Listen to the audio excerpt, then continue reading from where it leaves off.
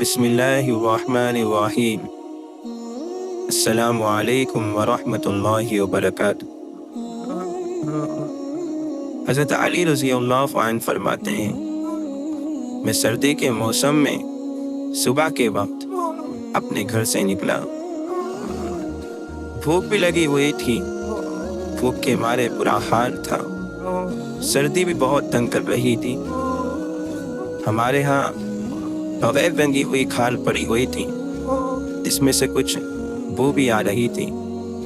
اسے میں نے کاٹ کر اپنے گلے میں ڈال لیا اور اپنے سینے سے باندھ لیا تاکہ اس کے ذریعے سے کچھ تو گرمی حاصل ہو۔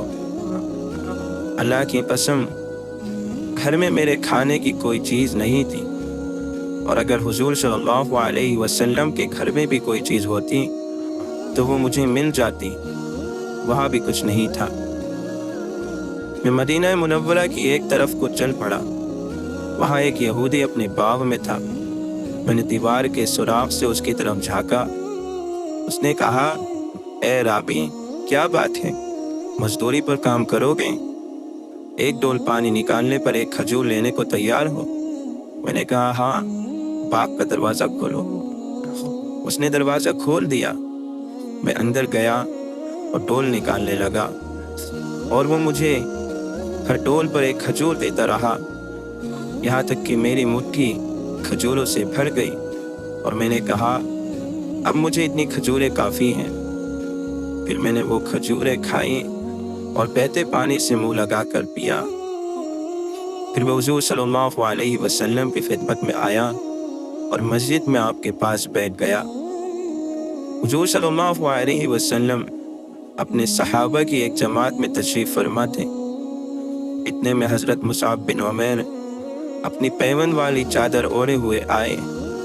جب حضور صلی اللہ علیہ وسلم نے انہیں دیکھا تو ان کا ناز و نعمت والا زمانہ یاد آ گیا، اور ان کی موجودہ یعنی فقر و فاقہ والی حالت بھی نظر آ رہی تھی۔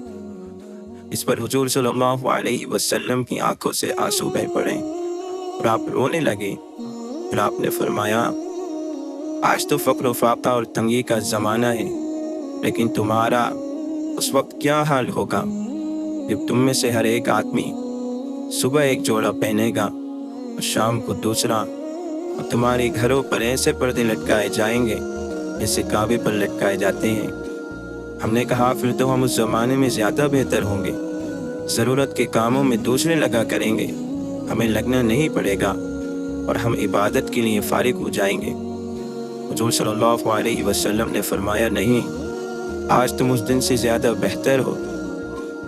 اسی طرح ایک روایت میں حضرت عمر رضی اللہ عنہ فرماتے ہیں، حضور صلی اللہ علیہ وسلم نے حضرت مصعب بن عمیر رضی اللہ عنہ کو سامنے سے آتے ہوئے دیکھا۔ انہوں نے دمبے کی کھال کو اپنی کمر پر باندھ رکھا تھا۔ اس پر حضور صلی اللہ علیہ وسلم نے فرمایا، اس آدمی کی طرف دیکھو، اس کے دل کو اللہ نے نورانی بنا رکھا ہے۔ میں نے ان کا وہ زمانہ بھی دیکھا ہے، اس زمانے میں ان کے والدین ان کو سب سے عمدہ کھانا اور سب سے بہتر مشروب پلایا کرتے تھے۔ میں نے ان پر وہ جوڑا بھی دیکھا ہے جنہوں نے 200 درہم میں خریدا تھا۔ اب اللہ اور اس کے رسول کی محبت نے ان کا فقر و فاقہ والا وہ حال کر دیا جو تم لوگ دیکھ رہے ہو۔